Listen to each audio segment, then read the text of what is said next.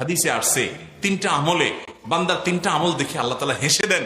এর ভিতরে একটা হলো কনকনের শীতের মধ্যে, ঠান্ডার মধ্যে বান্দা যখন আরামের ঘুমকে হারাম করে দিয়ে, কষ্ট উপেক্ষা করে, কম্বল ফেলে দিয়ে, হিম্মত এবং সাহস করে আল্লাহকে খুশি করবার জন্য, আখিরাতকে তার নিজের করবার জন্য সে যখন দাঁড়িয়ে যায়, ওযু করে শীতের মধ্যে সে যখন সালাত শুরু করে, নামাজ শুরু করে দেয়, আল্লাহ তাআলা তখন বান্দারে আমল দেখে হেসে দেন। আর হাদিসে আসছে, অন্য হাদিসে আসছে যে আল্লাহ তাআলা বান্দার কোন আমল দেখে, আল্লাহর হাসাটা আল্লাহর শান অনুযায়ী, কিভাবে তার কাইফিয়ত আল্লাহ তাআলা ভালো জানেন।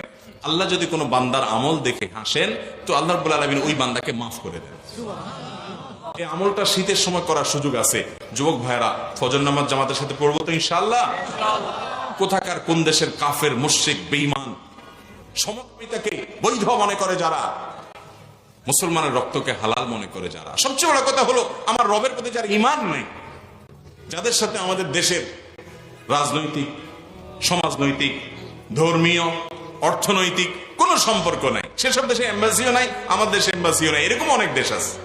অথচ এসব দেশের জন্য পর্যন্ত রাতকে রাত ভূতের মতো জেগে আমাদের যুবকরা বসে থাকে খেলা দেখার জন্য।